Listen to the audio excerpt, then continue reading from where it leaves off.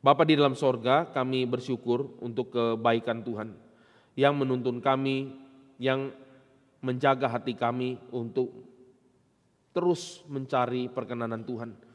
Kami berdoa Tuhan, hiburkanlah hati kami, khususnya ketika kami mengalami keadaan-keadaan yang sukar. Saat ini secara khusus, secara nasional, kami melihat banyak sekali yang mengalami kesusahan. Kami berdoa Tuhan yang jaga hati kami, supaya kami ini pikirannya boleh terus berakar di dalam firman. Kami boleh menghidupi kebenaran firman Tuhan. Kami berdoa biarlah perenungan firman juga boleh memberikan kami sekali lagi kekuatan, cara hidup yang benar di dalam Tuhan. Terima kasih Bapa di dalam sorga, di dalam nama Tuhan Yesus kami berdoa. Amin. Mari kita membuka Alkitab kita dari Matius pasal 12. Saya akan bacakan dari pasal ke-12 ayat 22 sampai ayat yang ke-28.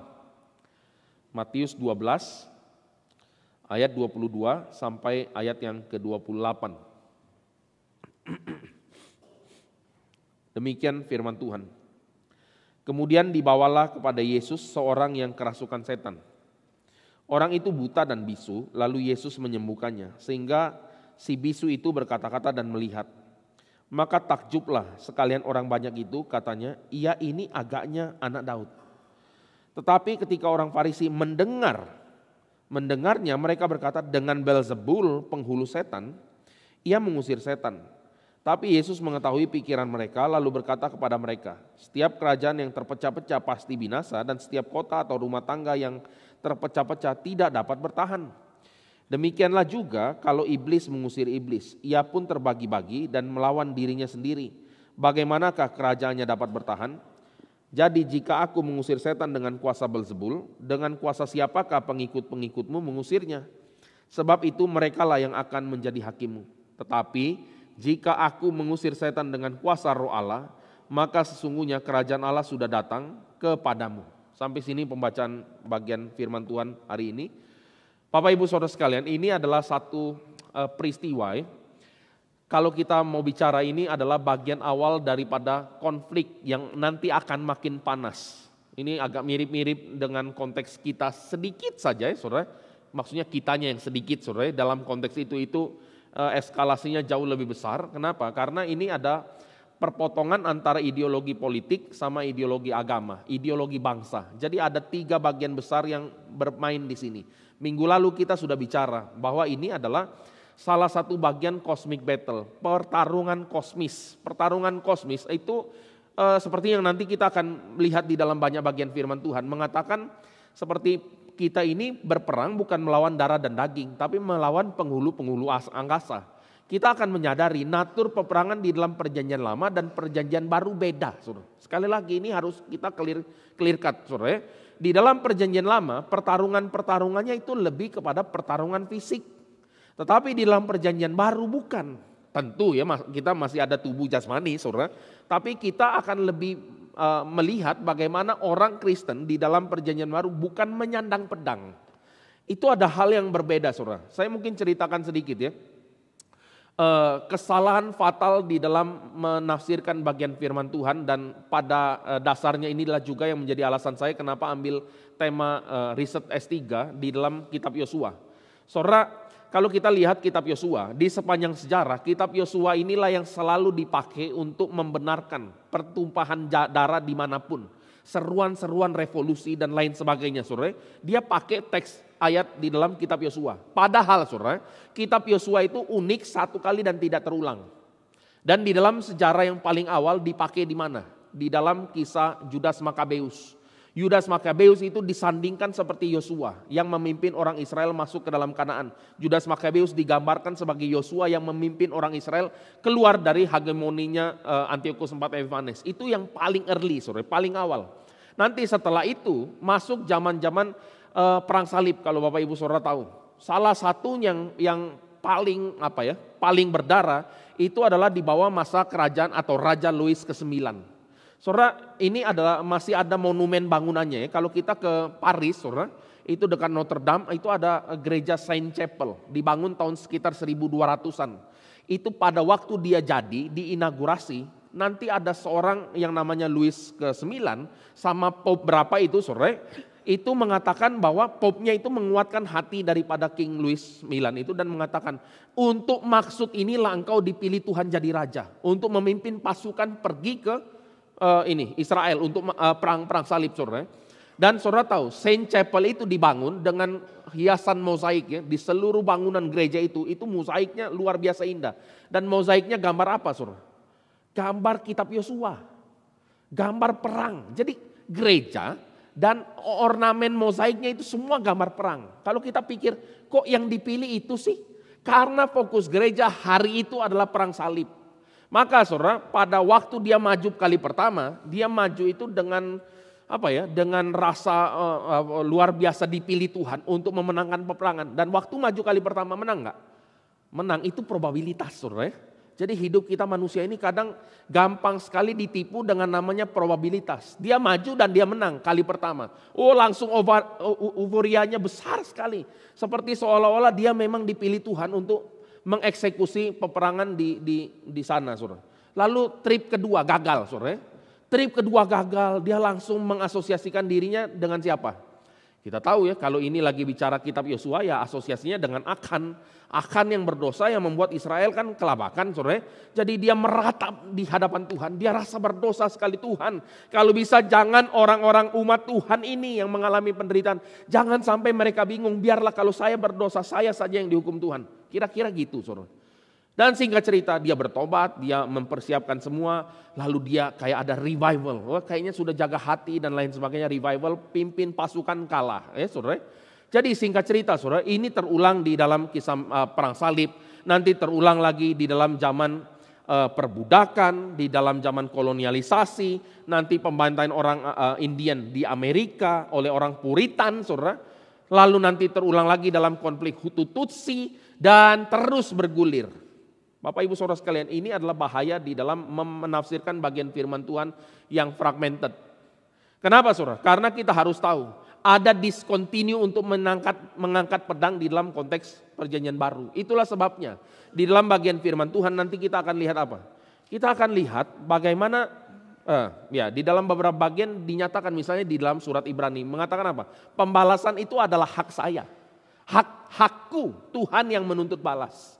Dan bukan hanya itu, saudara, kita akan melihat bagaimana orang Kristen nanti dipanggil untuk menjadi orang yang terus memberkati, orang yang terus tidak balas caci maki dengan caci maki, kejahatan dengan kejahatan dan lain sebagainya. Berarti apa, saudara? Berarti kita mulai sadar ada discontinue, konteks cosmic battle, itu yang dari tadi kita bicara, saudara.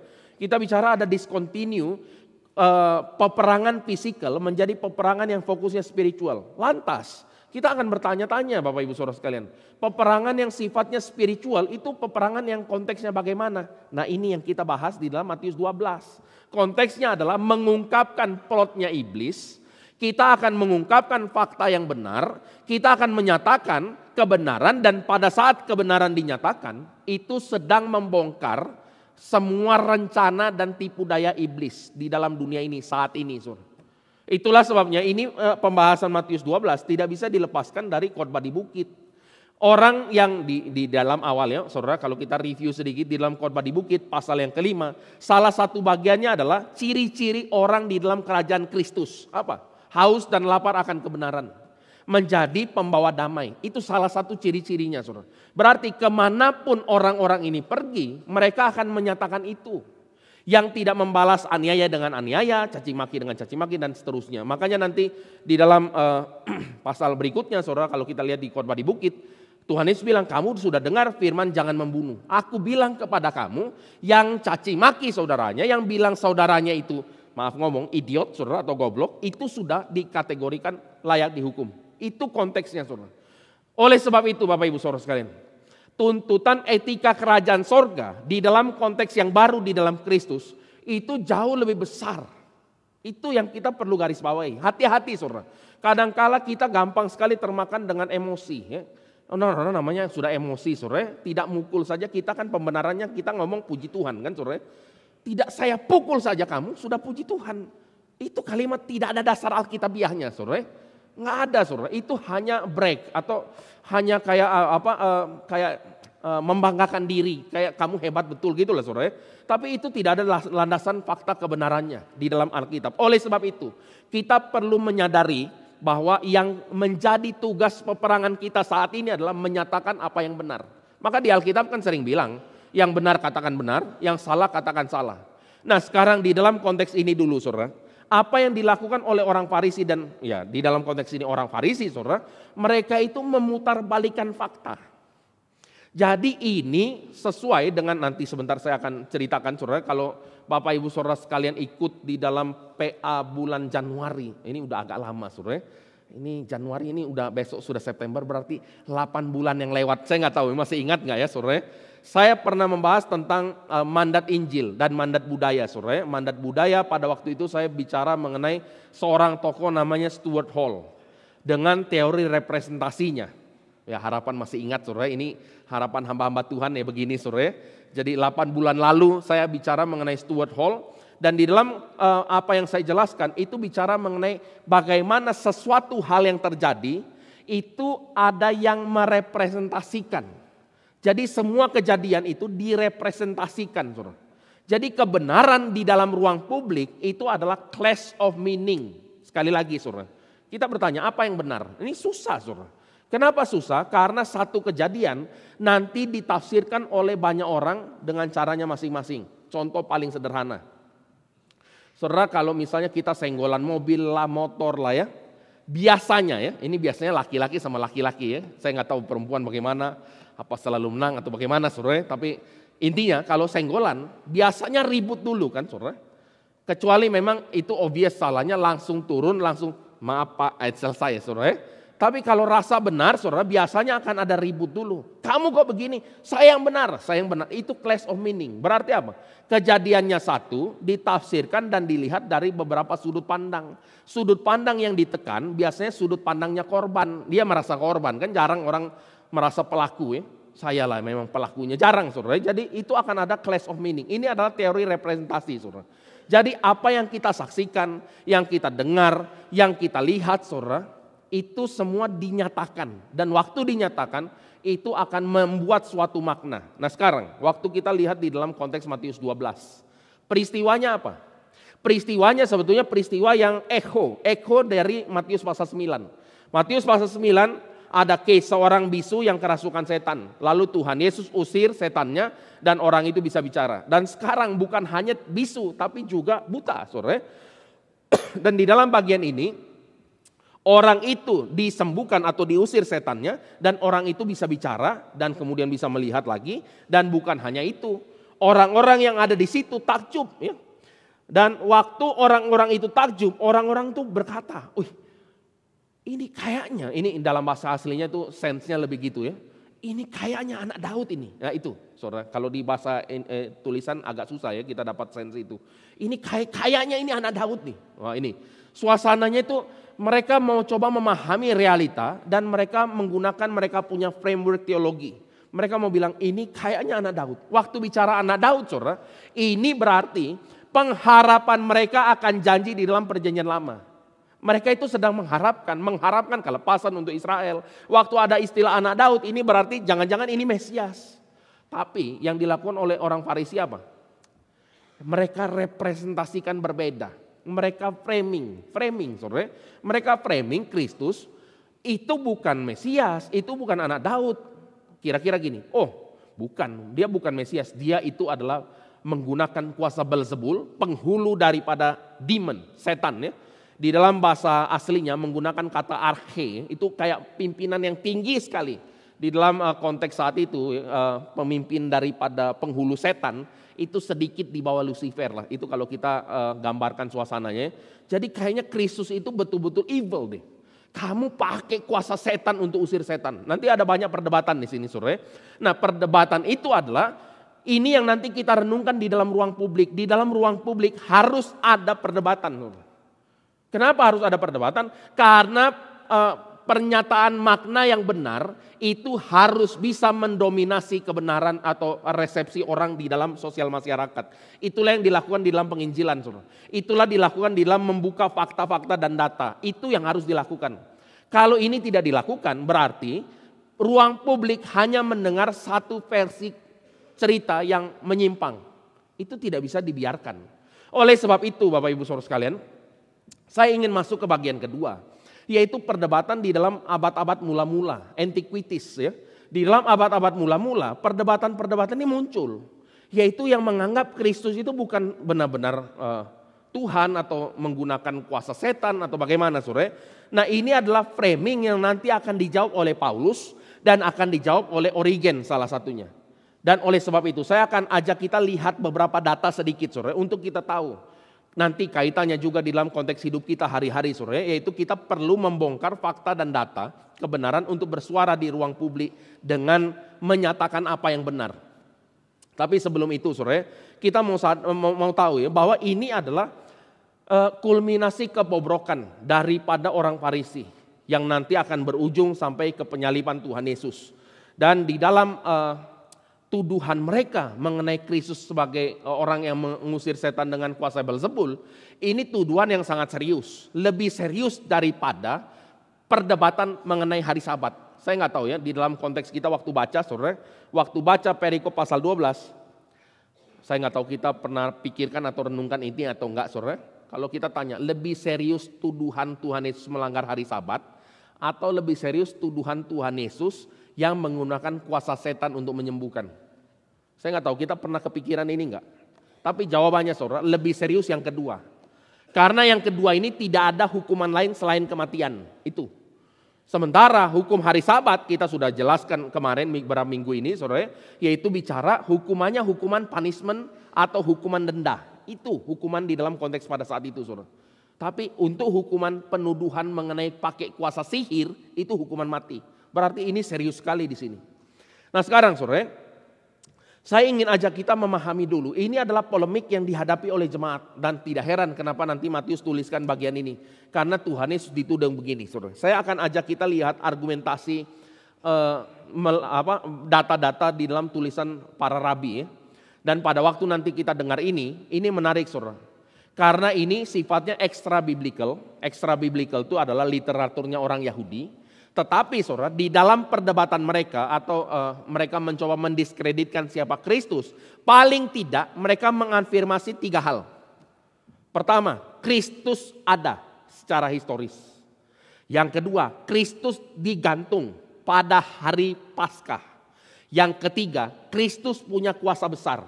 Itu dalam tulisan para rabi, orang-orang Yahudi dan seorang filosof Yunani yang namanya Celsus, Saudara. Jadi ada 3 hal yang dikonfirmasi. Historisitas Kristus, bahwa Kristus ada memang. Yang kedua, Kristus itu disalibkan atau digantung, bahasanya dihang ya di atas tiang. Dan yang ketiga, dia punya kuasa yang besar. Nah ini menarik Saudara, karena sebelum kita masuk lebih jauh, kalau kita lihat di dalam perdebatan modern atau orang-orang liberal Saudara, biasanya perdebatannya adalah Yesus ada atau tidak. Ya betul kan Saudara? Memang saya nggak tahu ya, kita punya pergumulan itu. Kalau terpapar dengan teologi liberal Saudara, biasanya pergumulannya Kristus benar tokoh historis atau enggak? Ada benar enggak dia sih? Dia benar-benar disalib enggak ya? Saya enggak tahu ya, kita pernah punya pergumulan ini enggak? Kalau belum pernah sih ya oke juga ya, tidak harus pernah punya Saudara. Tapi kalau pernah punya Saudara, kita akan melihat tulisan-tulisan para rabi-rabi itu yang menyerang Kristus justru mengafirmasi 3 hal fundamental. Nah saya mau baca dulu beberapa bagian Saudara. Yang pertama itu di dalam Babylonian Talmud. Ada beberapa bagian Saudara, di perikop Sanhedrin 43, 107, Sota dan lain sebagainya. Mungkin gak usah kita ingat Saudara. Tapi di dalam bagian ini mereka mengkonfirmasi bahwa Kristus itu digantung pada hari Passover atau hari Paskah. Evening ya. Pada waktu-waktu jam-jam 3 sore itu dia digantung pada saat itu Saudara. Ini testimoni yang mengafirmasi apa yang Alkitab nyatakan mengenai Kristus yang digantung pada hari Paskah. Besar sekali bagian ini. Nah yang kedua Saudara, dia mengatakan sebelum eksekusi dikerjakan, itu ada 40 hari yang kemudian dipakai untuk mengadili Kristus. Ini kita tidak setuju Saudara, karena tidak ada data di Alkitab. Tapi mereka mengatakan ya, tuduhan kenapa Kristus harus dibunuh adalah karena dia mempraktekkan sihir dan membawa orang Israel itu kepada kemurtatan. Itu adalah kalimatnya Saudara. Berarti memang mereka melihat Kristus itu sebagai tokoh yang punya kuasa sangat besar. Oke, jadi ini adalah extra biblical sources ya saudara. Dan bukan hanya itu saja saudara, nanti di dalam tulisan Celsus abad kedua Masehi itu sekitar kehidupan Celsus itu adalah di masa Marcus Aurelius hidup tahun 160 sampai 180 Masehi. Di dalam tulisannya Celsus dia mengatakan gini, Maria itu dia bilang bukan perawan suci tapi keselingkuh atau bagaimana, lalu diusir sama Yusuf. Setelah itu dia pergi, lalu Yesus dilahirkan, dibawalah ke Mesir saudara, dan setelah di Mesir di situ dia belajar sorcery atau sihir Mesir. Dan setelah itu pulang ke Israel dan kemudian menjadi orang yang punya kuasa sihir yang luar biasa besar dan mengatakan dirinya anak Allah. Saudara. Berarti apa saudara ya? Ini menarik ya, maksudnya saya adalah kita melihat beberapa tulisan-tulisan ini justru mengafirmasi apa beberapa bagian yang penting yang kita bisa lihat di dalam Injil. Tetapi saudara, tidak cukup hanya sampai di situ. Itulah sebabnya nanti muncul orang-orang seperti Paulus yang mereka akan menyuarakan kebenaran, dibawa ke ruang publik supaya orang itu waktu dengar Petrus atau Paulus, waktu dengar dan nanti para rabi, mereka itu punya kesempatan untuk merenungkan mana yang benar. Kalau ini tidak ada yang kerjakan saudara, tidak ada orang yang tahu kebenaran dan tidak ada orang yang dimenangkan dalam kebenaran. Kita harus tahu pekerjaan Petrus, Paulus itu, khususnya Paulus saudara, kalau kita baca di dalam kisah Rasul, mulai dari kisah Rasul 16 saja ya, waktu mulai nyebrang ke daerah Eropa ya, dia mulai cari sinagog itu, mulai dari Filipi nanti ke Tesalonika, Tesalonika ke Berea, Berea nanti ke Athena, Athena nanti ke Korintus, lanjut terus saudara. Yang dikerjakan oleh Paulus apa? Dia selalu cari sinagoge ya. Sinagoga, di dalam sinagoga itu ada God-fearers, orang-orang yang menyembah atau yang takut kepada Tuhan. Itu notabene orang-orang non-Yahudi, saudara. Dan nanti ada orang-orang Yahudi di situ. Dan tema Paulus nyatakan apa? Selalu sama. Bahwa dia adalah Mesias, dia mati, dia bangkit, dia menderita, dia mati, dia bangkit, dan dia menggenapkan apa yang menjadi pengharapan dari orang Israel. Itu terus yang dia nyatakan, saudara. Berarti sampai di sini kita itu perlu menyadari satu realita, saudara. Sebagaimana yang dilakukan oleh Kristus di dalam perikop pasal 12. Apa itu? Kristus harus menyatakan bahwa dia menggunakan kuasa dari sorga, Roh Kudus. Kristus kan tidak diam saja kan saudara. Di perikop sebelumnya sih dia diam saja saudara. Dituding apa? Mau orang mau bunuh dia menyingkir. Ya kan gitu kan ya. Orang-orang mau melawan dia menyingkir. Kemudian di perikop persis kemarin minggu lalu saudara. Kita sudah mendengar bahwa dia tidak berbantah, dia tidak berteriak. Orang tidak mendengar suaranya di jalan-jalan, dia tidak lakukan protes demo dan lain sebagainya saudara. Saya bukan ngomong dalam konteks ini saudara, nanti ada bagian berikut. Tapi yang kita bisa lihat adalah Kristus itu diam pada waktu dia diserang. Tetapi saudara, pada waktu dia harus bicara, dia bicara loh. Kristus waktu ditentang sama orang-orang Farisi mengenai kuasa Belzebul, dia langsung jawab, dia tidak diam. Dia harus jawab karena apa? Karena itu fakta kebenaran yang harus dikerti oleh orang-orang pada saat itu. Ini adalah clash of meaning, saudara. Clash of meaning. Jadi harus dinyatakan kebenaran itu. Kalau kita tidak pernah nyatakan ya tanggung jawab kita yang kita harus kerjakan. Nah ini adalah bagian di mana kalau kita lihat saudara, pernyataan kebenaran itu pada akhirnya membongkar tipu dari si jahat. Karena si jahat itu tugas tanggung jawabnya apa? Membuat orang tidak sampai kepada kebenaran. Itu tujuannya. Setelah tidak sampai kebenaran, tidak sampai kepada Kristus. Karena Kristus adalah jalan kebenaran dan hidup, saudara. Nah ini adalah bagian-bagian elemen-elemen kunci. Dan saudara, nanti kalau kita lihat ya, ini Paulus melawan daripada para rabi. Sementara nanti, tadi saya sudah kutip Celsus. Celsus dilawan sama Origen. Origen itu sampai buat buku untuk melawan daripada Celsus punya pemikiran. Ini terjadi abad kedua sebelum Masehi. Luar biasa enggak saudara? Dan ini terus terjadi saudara. Nanti Athanasius lawan siapa ya, Tertullian lawan siapa, terus terjadi. Kenapa saudara? Karena kebenaran harus dinyatakan di ruang publik. Kalau disimpan saudara, orang tidak tahu kebenaran. Seperti kemarin ya Pak David Tong ini kalau ikut speak saudara, ini bukan spoiler karena udah lewat saudara. Kemarin di dalam speak Pak David bilang apa? Erastus Sabdonoien. Kalau masih dengar ya, dia bilang apa? Ini bukan Kristen karena Pak Erastus itu sudah tidak mengakui daripada konsili dari Nikea. Jadi itu bukan Kristen, itu sudah kategori bukan Kristen sama sekali. Itu Erastus Sabdonian dia bilang. Jadi itu adalah fakta kebenaran yang harus dibuka gitu. Dan banyak lagi hal-hal yang harus dibuka. Ini adalah tanggung jawab kita untuk apa? Untuk membongkar dari tipu muslihat si jahat, si iblis, si orang Farisi itu antek-anteknya dalam konteks ini, saudara. Oleh sebab itu kita melihat ya. Nah ini dalam bagian ini Craig S. Skinner dia bilang begini ya. Menarik sekali. Kenapa? Karena orang-orang Yahudi, Celsus itu tidak menegasi, tidak menolak fakta bahwa Yesus ada. Tidak menolak fakta bahwa dia adalah sangat berkuasa. Tidak menolak fakta ini. Tidak menolak historitas Jesus ya saudara. Tapi mereka cuma mengasosiasikan keberadaan dia dengan sihir dan dia punya relasi di Mesir. Tapi Bapak Ibu Saudara sekalian, dengan kita memahami tugas tanggung jawab inilah ruang untuk kita membenarkan lagi persepsi atau resepsi yang ada di dalam masyarakat. Bapak Ibu Saudara sekalian ya, di dalam bagian ini saudara, saya ingin ajak kita mencoba memahami konteks yang saat ini kita juga alami saudara. Konteks yang kita alami ini tidak akan pernah luput dari namanya teori representasinya Stuart Hall. Tadi dari awal saya sudah bicara ya. Ini adalah satu kerangka sosial untuk membaca relasi yang terdapat di dalam hidup. Sama satu lagi saudara, tadi ini sudah jelas Stuart Hall. Mungkin saudara pernah dengar nama besar ya, itu namanya adalah John Nash. Saya nggak tahu saudara pernah dengar atau enggak, tapi orang ini sangat besar dan ya saya pikir orang-orang yang S3 sekarang juga angkat topi sama dia saudara. Karena dia ini S3 cuma 2 tahun ya. Lalu tulisan disertasinya, coba tebak berapa halaman? Oh ini saya nggak tahu ya, bagi kita halaman makin banyak makin hebat atau makin dikit makin hebat saudara. Ini tergantung sudut pandang lah ya. Kadang kita di mana di sekolah atau di kuliah dulu pokoknya ngecap dulu lah ya. Tebel dosen kasih nilai kesian itu saudara. Tapi enggak saudara, dia kerjakan 26 lembar saja selama 2 tahun. Wih, tapi pikir nulis 26 lembar 2 tahun. Wih lama sekali, tapi saudara tulisannya 26 lembar. Footnote-nya cuma 2. Dan dia peraih hadiah Nobel. Ini orang jenius. Bapak Ibu mau kalahkan silahkan saudara. Itu feel free ya saudara. Tapi saudara di dalam teori dia itu salah satu yang menarik adalah game teori. Mungkin untuk saya jelaskan singkat saja gini ya.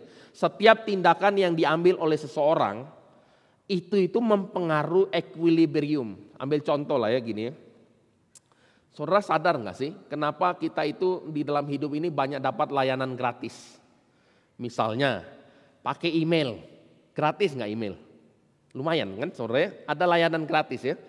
Sampai satu titik tertentu setelah 10 tahun lebih pakai email. Emailnya mulai penuh saudara.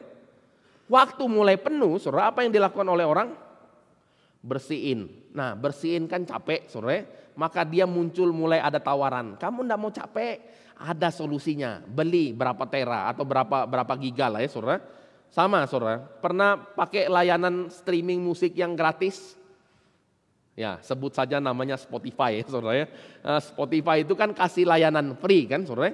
Tapi saudara tahu enggak layanan free itu free betul atau enggak? Oke, free sih memang, tapi annoying kan saudara. Nanti 5 menit sekali muncul iklan enggak jelas apa kan saudara. Itu adalah disturbance yang dibuat saudara supaya orang pada akhirnya beli, bayar. Karena apa? Karena tidak mau ada gangguan. Itu adalah teori-teori ini semua nanti relevan. Relevan di dalam selling, di dalam marketing, ekonomi, di dalam keputusan pemerintah, di dalam apapun saudara. Jadi maksudnya segala hal yang dilakukan itu ada agendanya, ada tujuannya, ada arahnya. Enggak bisa sesuatu itu kayak scattered saja begitu enggak. Apalagi yang tadi kita bicara mengenai representasi. Itu memang suatu peristiwa dipilih dia supaya menekankan sesuatu. Nah sekarang saudara saya mau ambil contoh polemik yang terjadi di dalam konteks kita di Indonesia ini sekarang ya di dalam masalah politik saudara. Misalnya saudara, polemik yang sekarang terjadi itu mulai dari mana? Banyak sih ya, ini adalah kulminasi atau puncak dari ketidakbahagiaan masyarakat oleh pejabat yang korup dan lain sebagainya lah ya. Belum nanti Pak Prabowo bagi-bagi bintang Maha Putra atau apa saudara itu juga oke lah satu hal. Tapi dia belum pencetus kekisruhan yang terjadi sekarang. Pencetusnya adalah kemarahan publik mengenai tunjangan DPR. Itu fakta dulu ya saudara. Menarik ya saudara. Tunjangan DPR banyak nggak itinerary-nya? Banyak loh. Yang disoroti apa? Rumah. Nah itu kan saudara. Dia nggak pilih beras. Dia pilihnya rumah karena angkanya lebih fantastis. Jadi direpresentasikan itu waktu digoreng atau bukan digoreng lah ya. Waktu dinyatakan ke publik dipilih yang paling merepresentasikan kejengkelan-kejengkelan itu. Itu satu. Lalu mulai dibandingkan dengan upah minimum tenaga kerja. Ini rumah 50 juta, kita ini mulai masuk aspek sosial ekonomi, gapnya mulai berasa. Kita ini kerja aja setengah mati. Jadi itu mulai bergulir saudara. Dan ketika ini mulai bergulir itu kayak bola panas. Bola itu gak bisa dikendalikan. Dan kemudian akan membara dan kemudian mereka bilang kami kerja guru honorer 300 ribu. Kan saudara dengar kan saudara? Kami ini guru honorer 300 ribu. Terus apa? Buruh 3 juta. Ini mulai masuk ke dalam bagian sosial saudara. Selain itu saudara, yang buat eskalasi lebih berat saudara, yaitu adalah seorang driver ojol Avan terlindas kendaraan taktis. Itu memicu kemarahan publik yang tidak bisa dibendung saudara. Dan saudara, berikutnya adalah bayangkan saudara, yang memicu lagi adalah setelah orang-orang marah, sebelum orang-orang marah saudara, kritik itu dijawab oleh orang-orang anggota dewan dengan cara yang saya nggak tahu ngomongnya ya, dengan cara paling buruk yang mungkin. Itu saudara. Itu nggak ada cara lain yang lebih buruk, kayaknya itu saja ya saudara. Sudah ditegur mengenai jogetnya, malah beberapa kita punya anggota dewan Eko sama Uya Kuya malah sengajain lagi saudara. Itu sudah tidak terbendung saudara. Jadi mereka makin membakar rumah yang kebakaran disiram lagi bensin. Itu suasananya. Jadi ini kemudian direpresentasikan sehingga saat ini terjadi tidak terbendung saudara. Dan saudara kalau kita lihat ya saat ini fakta ringkasnya juga adalah ada pembakaran gedung di DPRD Makassar, menewaskan korban, fasilitas rumah di perusahaan fasilitas umum, rumah-rumah orang-orang beberapa di Jara dibakar dan seterusnya saudara. Dan kemudian respon puncaknya presiden membatalkan perjalanan ke Tiongkok. Harus dia lakukan ini. Kalau enggak dilakukan saudara, ini eskalasinya akan makin besar. Kita ini saudara melihat saudara untuk membuka semua realita yang ada, lalu memikirkan fakta kebenarannya apa, bukan ikut-ikutan jadi advisor politik saudara, nggak ada tujuan itu sama sekali pasti saudara. Tapi kita ini ingin pakai akal sehat, berdasarkan apa yang benar, berdasarkan prinsip, lalu kita harus melihat apa yang harus dilakukan bangsa ini. Itu suara kenabian baru. Suara kenabian itu bukan hanya tegur saudara, tapi solusinya apa? Itu yang harus kita lihat saudara. Jadi kalau kita lihat saudara, arah tuntutan yang paling mendasar itu harus dipenuhi. Ini sederhana ya. Ini kalau kalimat fakta kebenaran sudah muncul dan tidak dikerjakan, kalimat itu sendiri pada waktunya menjadi konfirmasi penghakiman. Ini nggak enak ngomongnya memang. Saya ngomong sederhana untuk ilustrasi sederhana lah ya. Kalau dosen ini saya berapa kali pakai ilustrasi ini. Kalau dosen sudah bilang, "Nak, ini minggu depan ujian dari bab sini-sini." Itu kan kalimat fakta kebenaran ya, kecuali dosennya bohong ya saudara. Itu kadang dosen Indonesia kan sering bohong ya, jadi susah juga saudara. Yang dibilang kisi-kisi apa yang keluar lain. Tapi katakanlah dosen teologi yang jujur saudara. Dia bilang ini keluar dan dia tidak baca, dia tidak belajari dan dia tidak lakukan tugasnya. Kira-kira saudara, pada hari ujian akan terjadi apa? Pasti tidak lulus, udah ketahuan saudara. Nah ini sekarang saya lagi ngajar teologi perjanjian lama 4 saudara. Ada beberapa artikel sulit yang saya kasih. Saya bilang yuk kalau tidak baca ini tidak mungkin bisa lulus. Saya nggak tahu ya ujiannya masih akhir bulan September saudara. Kita lihat saja pada waktu itu bagaimana saudara. Tapi balik lagi saudara. Di dalam mencerna situasi ini kalimatnya akan muncul begini saudara. Kalau pemerintah tidak lakukan tuntutan yang logis. Tuntutan logis itu apa? Misalnya kita ngomong gini ya, tuntutan logis itu adalah sahkan RUU perampasan aset. Itu logis, saudara. Itu fakta benar. Ini kan melawannya korupsi kan gitu. Intinya orang koruptor ditangkap dirampas asetnya lah atau didisiplin bagaimana lah, itu harus dikerjakan karena itu benar, saudara. Kecuali kalimat ini tidak benar, itu tidak usah diabaikan saja. Tapi kalau ini kalimat kebenaran, harus sahkan RUU rampasan aset, itu yang pertama. Lalu Masuk akal sedikit mengenai tunjangan DPR, saudara, yang benar saja. Masa beras 12 juta, ya kan gitu kan, saudara. Itu tidak pakai akal sehat, saudara. Tunjangan rumah 50, itu tidak pakai akal sehat. Itu semua harus dianulir, pakai kebijakan yang baru. Kalau tidak dilakukan, saudara, kita akan lihat demo tidak akan kelar. Belum lagi kalau misalnya polisi pakai tindakan represif, ini mereka pasti lagi dilema. Ini kayak game teorinya si John Nash ya. Mereka dilema kenapa? Kalau ditekan, citra polisi makin buruk, sudah buruk makin buruk. Kalau tidak ditekan, citra polisi juga buruk. Kenapa? Karena ada polisi nggak ada polisi sama aja. Sama. Ini mereka susah, saudara. Oleh sebab itu, apapun yang dilakukan polisi, ini sekarang mereka lagi kena getahnya ini. Kenapa? Karena polisi dari dulu tidak lakukan apa yang betul. Citranya udah hampir tidak bisa diselamatkan. Untuk diselamatkan, saudara, caranya cuma satu. Mereka harus kembali kepada fakta yang benar. Kalau tidak kembali, tidak akan pernah baik citra itu. Pertama, Kapolri bilang bertanggung jawab atau apa kan gitu kan, saudara. Ini adalah hal-hal yang bisa meredam situasi saat ini. Kalau tidak, saudara, ya susah ya. Misalnya gini ya, misalnya kita lihat lagi ya. Di dalam beberapa teori ini, misal gini ya, Pak Presiden datang ke rumah almarhum Arfan tadi. Ini kita bisa punya asumsi kan, saudara. Dia datang ini tulus atau karena tidak ada pilihan lain. Motivasi orang kita tidak tahu, saudara. Tapi yang pasti kalau dia tidak datang, saudara, itu akan lebih kisruh lagi. Itu adalah konsekuensi logisnya, saudara. Jadi kita akan lihat ya, semua keputusan, kebijakan, semua yang diambil itu ada elemen-elemen yang seperti ini. Itu tidak bisa dipungkiri, saudara. Oleh sebab itu, saudara, kita akan lihat lagi ya di dalam lensa situasi saat ini.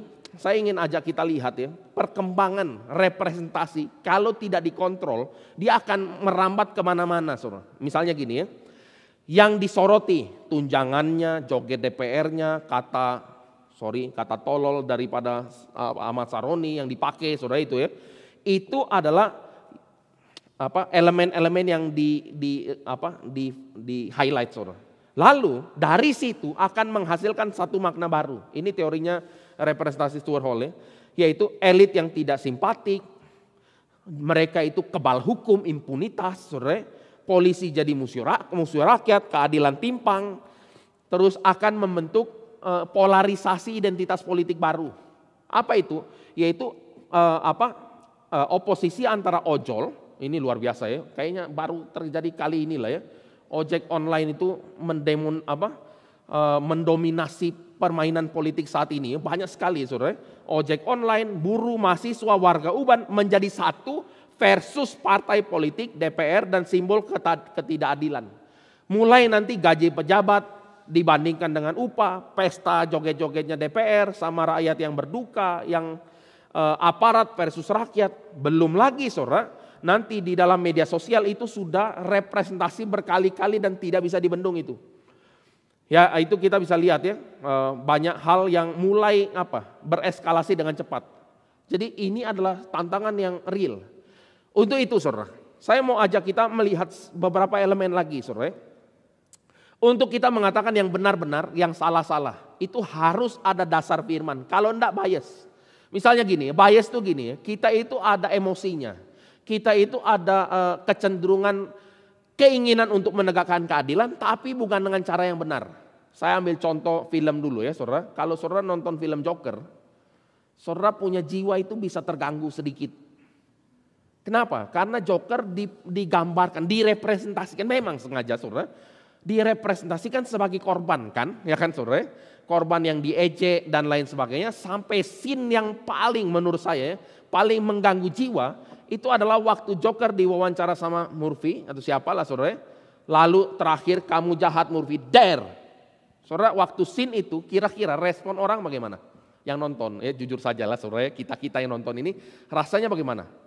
Puas, bahagia, terluka hatinya karena ada korban jiwa atau apa, saudara? Saya percaya, saudara, kita punya sense of justice dimainkan di situ sampai kita mungkin bisa berpikir puas kematian yang orang-orang yang membuli orang lain. Itu bahayanya minta ampun karena itu tidak ada fakta kebenaran firman. Tidak bisa, saudara. Tidak bisa, saudara. Di dalam konteks hari ini, saudara, mirip, saudara. DPR yang korupsi, orang-orang yang mungkin happy-happy, waktu rumahnya dijarah, respon kita bagaimana? Nah, itulah namanya RUU rampasan aset masyarakat, ya kan gitu kan, saudara? Itu kita bisa bahaya hatinya kita ini bisa bahaya, saudara. Karena kalau ini terjadi, saudara, kita ini mulai susah membedakan mana yang pada tempatnya. Karena kita ini ada kecenderungan berdosa. Ada sense of justice sedikit, tapi pelampiasannya di dalam konteks yang tidak tepat. Itu menghancurkan kita punya respon kepada Tuhan, saudara. Tidak bisa, saudara. Maka yang benar katakan benar, yang tidak katakan tidak. Yaitu apa, saudara? Orang-orang yang anarkis harus dihukum, enggak? Harus. Para politisi yang korupsi harus dihukum, harus. Lalu kita akan bertanya, loh Pak, buktinya dari zaman ke zaman tidak pernah dihakimi. Kata siapa, saudara? Kita kalau baca sejarah, semua ada keadilan dan hukuman Tuhan pada waktunya Tuhan, bukan waktunya kita. Kalau kita lihat di dalam misalnya kitab Habakuk saja. Habakuk doa sama Tuhan, kenapa bangsaku jahat begini? Simpelnya gitu. Tuhan kirim bangsa Babel yang lebih jahat, ya kan gitu kan, saudara? Jadi Israel dihukum nggak? Dihukum. Bangsa Babel waktu itu Habakuk bilang, kok mereka menghukum kami? Mereka lebih jahat kok. Pertanyaannya, saudara, bangsa Babel dihukum nggak?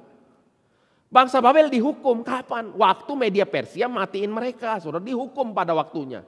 Jadi kita akan melihat segala sesuatu hukuman Tuhan akan datang pada waktunya Tuhan. Bukan waktu kita kan maunya here and now, ya kan, saudara? Kita mau mata ganti mata langsung, gigi ganti gigi. Bukan, itu bukan waktunya Tuhan, saudara. Waktu Tuhan ada waktu Tuhan. Kita tanya, saudara, kehidupan salah seorang diktator Indonesia, Smiling General itu, saudara. Saudara pikir-pikir hidupnya dihukum Tuhan atau enggak sih? Atau bahagia hidupnya? Coba pikir sendiri, saudara. Itu sudah batu yang dia kena karena dia tidak menjalankan kebenaran dan keadilan. Semua orang akan kena, saudara. Oleh sebab itu, saudara, meskipun hari ini orang-orang yang mungkin seolah-olah berada di atas angin, impunitas, rasa kayak tidak kebal hukum, rasa kayak ini lobby politik, saudara. Ini kan kita dengar juga ya. Ini mungkin saya pernah ngomong ya. Bambang Pacul bilang, Pak, dia jawab Pak Mahfud kan, saudara. Kalau mau RUU perampasan aset gampang, lobby si ketua partai, saudara. Akan jadi itu RUU perampasan aset, dia bilang. Berarti apa, saudara? Hari ini kita lihat lobby politik, kita lihat seolah-olah tidak bisa kemanapun, saudara. Tapi kalau Tuhan izinkan penghakiman datang, semua akan kena pada waktunya. Enggak bisa kabur, saudara. Inilah tangan Tuhan yang menghakimi setiap manusia. Baik hari ini, maksudnya di dalam dunia, atau di yang akan datang. Pasti kena, saudara. Itulah sebabnya kita tidak boleh bermain-main sedikit pun. Hati kita tidak boleh menyimpang, saudara. Hati kita harus clear. Mana yang harus kita kerjakan, mana yang tidak. Hati kita sendiri tidak bisa bersenang atas, saya susah ngomong lah ya, saudara, atas penghukuman yang mungkin kita saksikan kayaknya memuaskan, enggak, saudara. Karena itu hanya akan menambah pergumulan penderitaan secara besar. Oleh sebab itu Bapak Ibu Saudara sekalian ya. Nah satu lagi mungkin ya. Saudara, ini kalau kita lihat, kalau tidak dilakukan secara cepat, saudara ya, tadi pemerintah harus sahkan RUU perampasan aset lah, tunjangan DPR lah, evaluasi, pecatin semua, saudara ya. Yang memang benar-benar nggak oke, saudara. Tapi susah, saudara. Pecatin semua, pecat berapa persen, ya kan gitu ya. Saya nggak tahu yang korupsi berapa persen ya. 90 apakah angka yang cukup realistis atau optimis, saudara. Optimis itu berarti mungkin di bawah 90% yang korupsi, atau realistis atau bagaimana, saudara? Atau jangan yang 99,9, nggak tahu, saudara. Tapi balik lagi, saudara. Ini yang harus dilakukan oleh masyarakat. Saya mau ambil contoh ya. Ini juga masih di dalam apa yang kita bahas tadi ya. Respon orang-orang yang rumahnya sudah kejarah. Harusnya apa, saudara? Ini sudah terlewat, saudara. Ini udah tidak bisa dibahas terlalu bagaimana. Tapi respon mereka tidak cukup hanya ngomong maaf. Karena itu tidak meredakan emosi masyarakat. Karena mereka sudah luka. Harusnya apa, saudara? Misal contoh ya. Kita bisa bilang, bisa situasikan gini. Saya bersalah, saya mundur. Satu. Semua yang saya dapatkan misalnya apalah uang yang nggak sah itu harus fair-fairan memang. Kalau nggak benar sekali lagi tutupi yang korupsi mereka bilang bukan, susah. Ini tidak ada pertobatan, saudara. Tapi kita lihat ya pemungut cukai yang ketemu Tuhan Yesus itu. Yang mengatakan yang aku curi aku kasih lagi 4 kali lipat. Itu kan luar biasa. So, itu pertobatannya. Berarti yang dia harus dilakukan apa? Dia akan bilang semua yang bukan milik saya aku kembalikan ke masyarakat. Caranya mungkin kasih pemerintah atau kasih siapalah. Itu namanya jadi bantuan sosial dan lain sebagainya. Langsung hari itu juga. Orang datang gak jarah. Tidak mungkin saudara. Karena rumahnya udah kosong. Jadi sekali lagi saudara. Kita akan sadar. Semua orang yang tidak lakukan kebenaran. Tidak bertobat. Kena batunya. Tapi semua orang yang mencoba main hakim sendiri, pada waktunya akan kena batunya juga. Jadi Tuhan itu di dalam aspek ini sangat menakutkan. Sangat menakutkan. Tidak ada satu orang pun yang luput dari mata Tuhan. Ini mengerikan sekali saudara. Ini jangan main-main nih saudara. Nah di dalam bagian ini kita lihat ya. Beberapa elemen lagi. Kita akan menyadari gini. Kadang kita berpikir secara muluk-muluk. Kalau semua ini diganti, tentu pemerintahan berikut akan lebih baik. Saudara, mungkin kita agak kurang baca kitab Pengkhotbah, saudara. Kitab Pengkhotbah menyadarkan kita akan realita hidup. Realita hidup itu di pemimpin ada kekuasaan yang menindas. Selalu itu, saudara. Tidak ada yang menghiburkan orang-orang yang tertindas. Maka Pengkhotbah bilang, yang paling bahagia dalam konteks ini adalah yang sudah meninggal atau yang belum lahir. Itu kalimatnya saudara. Itu di dalam Pengkhotbah pasal 4 loh saudara. Jadi kita akan menyadari elemen realistisnya Salomo waktu bicara mengenai dunia. Kita lihat saudara. Orang-orang aktivis 98 itu. Ya, salah satunya yang berkoar-koar anti korupsi. Lihat tahun 98 saudara. Masa sih gak koar-koar anti korupsi? Ya itu yang kita tahu namanya Andi Malarangeng saudara. Itu jelas dia korupsi. Yang lain kita asumsi mereka korupsi, tapi nggak tahu saudara. Beberapa jelas, beberapa nggak jelas saudara. Tapi kita akan lihat orang yang berseru korupsi, anti korupsi, mereka juga kena. Ebenezer Emmanuel baru-baru ini menjadi lelucon saja itu saudara. Tapi kita akan menyadari apa saudara? Ini adalah potret masyarakat, potret bangsa manusia berdosa. Maka yang harus kita kerjakan apa? Hidupi kebenaran firman Tuhan, tidak ada yang lain. Mulai dari tataran apa? Dari tataran yang ada di dalam kuasa kita, saudara. Tidak nyogok, tidak kompromi, saudara. Ngomong yang benar-benar, yang salah-salah. Karena kita ngomong yang salah-salah, kita bertobat, saudara. Karena kalau tidak, kita itu hanya menjadi satu elemen dari supply and demand. Coba gini ya. Ini contoh klasik, saudara. Klasik tapi uangnya banyak, saudara. Ya, orang kalau di Indonesia buat SIM itu, kalau katakanlah satu orang bayar uang pelicin saudara, 100-200 ribu, kalikan sekian juta orang, duitnya di mana itu saudara? Coba pikir sendiri saudara. Lah kita kan ada ini kan terjadi interaksi supply and demand. Dia menawarkan apa? Kelancaran, kemudahannya kan gitu, akses yang baik saudara. Kita cuma kasih ini kompensasinya uang, itu kan good deal gitu kan saudara. Tapi kalau kita ikut di dalam contoh yang paling klasik ini, kita itu menyuburkan situasi ini, lalu pada hari tertentu kita teriak, kok tidak adil, kok korupsi. Loh kita sendiri yang supply dana korupsinya bagaimana? Itu nggak bisa saudara. Waktu kita ngomong anti korupsi, ya kita jangan suap dong. Kalau ada orang yang suap, ya dia korupsi. Itu kan sederhana. Supply and demand saudara. Kita punya tanggung jawab moral. Kita punya tanggung jawab integritas untuk tidak kompromi dalam hal apapun. Susah enggak? Ya itu menyusahkan hidup memang. Nah, coba tanya gini ya. Saya enggak tahu saudara kalau urusan dokumen bagaimana. Saya udah agak empet memang urusan dokumen saudara. Selalu bilang ini terang-terangan saudara. Ya nanti surat ini keluar, ini kita kalau keluarkan surat ini biayanya 500 ribu Pak. Terus saya dengar gitu, saya bilang apa? Oh ya gitu doang Bapak Ibu ya. Setelah dokumen jadi, apa yang saya lakukan? Saya bilang cuma sederhana gini. Berapa biayanya Pak? Dia bilang 500 ribu. Oh ya saya minta tanda terimanya ya Pak. Ini pura-pura bodoh sore. Itu mana ada tanda terima sore.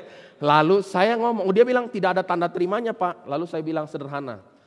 Tentu dengan sopan sore. Kita nggak mau memicu polemik dan aneh-aneh sore. Saya tanya begini. Maaf ya Pak. Setahu saya di pemerintahan kalau tidak ada tanda terima itu kalau nggak salah itu pungli loh Pak. Saudara coba ya waktu ngomong ini kita akan clash of meaning. Kita akan melakukan namanya clash of meaning. Pertukaran makna kebenaran. Waktu saya ngomong gitu kita sudah bisa baca muka orang. Pucat mukanya. Karena kata-kata kebenaran pada dirinya sendiri itu ada kuasa, saudara. Kita tidak perlu menunjukkan kita hebat atau bagaimana, tidak perlu. Cuma ngomong itu saja. Terus saya lanjutkan. Kalau ada resinya, resmi legal, saya taat hukum Pak, saya pasti bayar. Terus kalimat berikutnya apa? Bapak Ibu mungkin sudah bisa nebak. Dia langsung bilang, sudah Pak, jalan saja. Oh gitu ya Pak, terima kasih Pak. Saudara, ini muka itu memang saya tahu persis, saudara. Nggak enak suasananya, nggak enak, saudara. Karena kita ini adalah di dalam pihak yang dibully. Kita ada kepentingan untuk dokumen apapun keluar, saudara. Tapi kalau kita lakukan berbagian di dalam kejahatan, kita itu tidak bisa menghidupi kebenaran. Kalau semua orang lakukan ini serempak di satu Indonesia ini, saudara, tanya kepada polisi itu atau kepada siapapun oknumnya, saudara. Kira-kira apa yang terjadi? Minimal, saudara, dalam bagian itu lebih bersih sedikit. Minimal, saudara. Nggak usah yang lain-lain, saudara. Nah ini adalah bagian hidup kita sekarang. Kita boleh saja teriak-teriak di media sosial, kita boleh saja meresponi dengan bagaimana, saudara. Tapi harus dalam kebenaran dan kita berusaha untuk menghidupi kebenaran itu.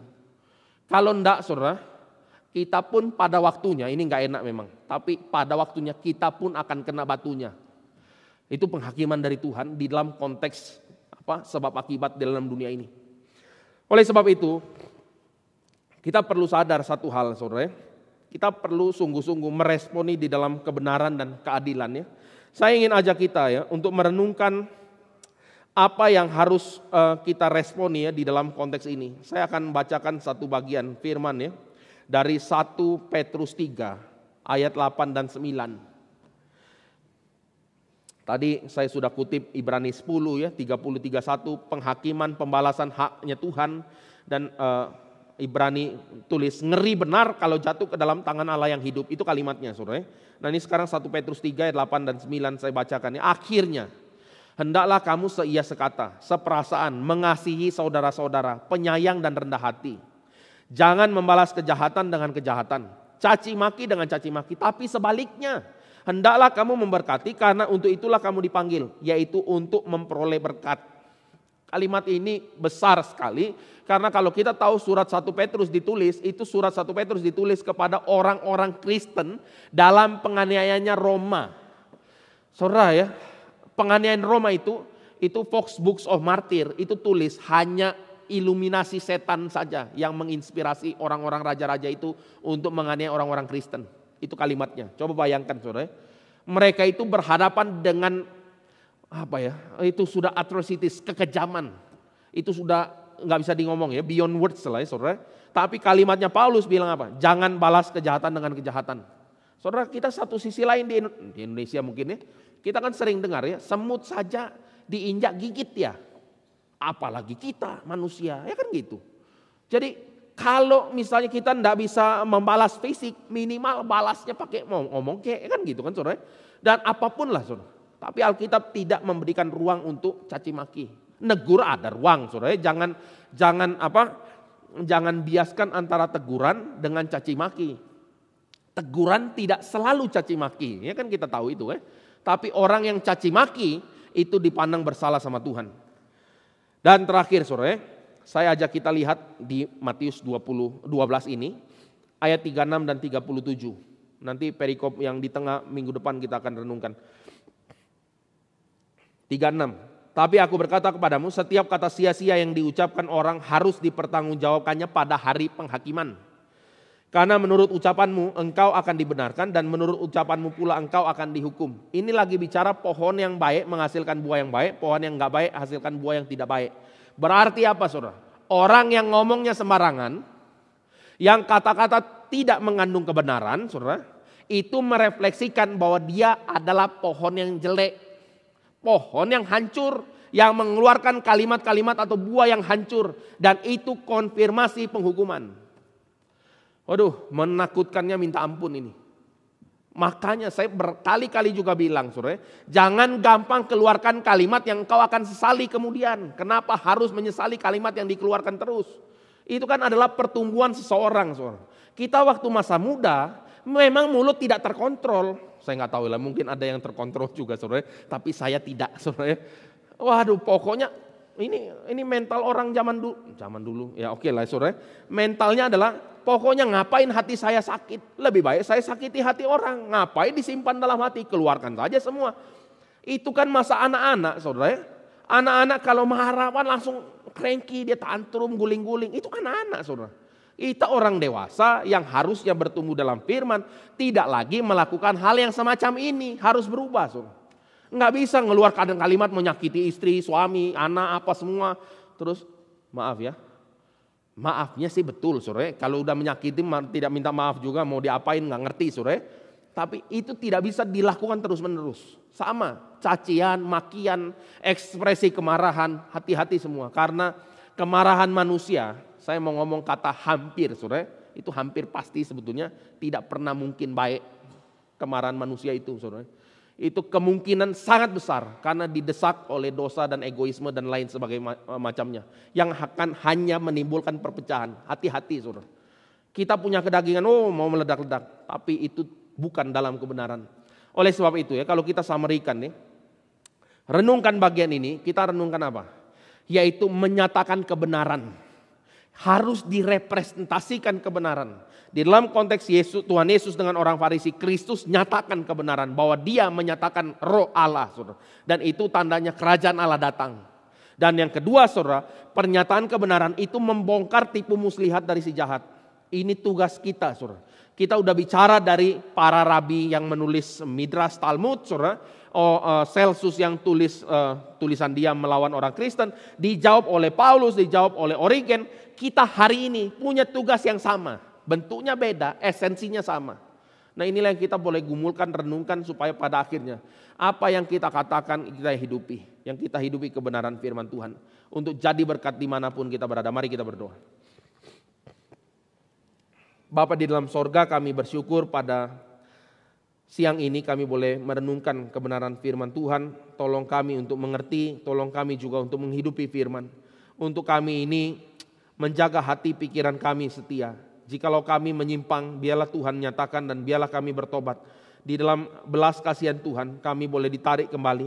Kami berdoa Tuhan, biarlah kami juga boleh menjadi orang-orang yang menyatakan Kristus di dalam ruang publik. Melalui kejujuran, melalui integritas kami, melalui kehidupan kami yang tidak kompromi.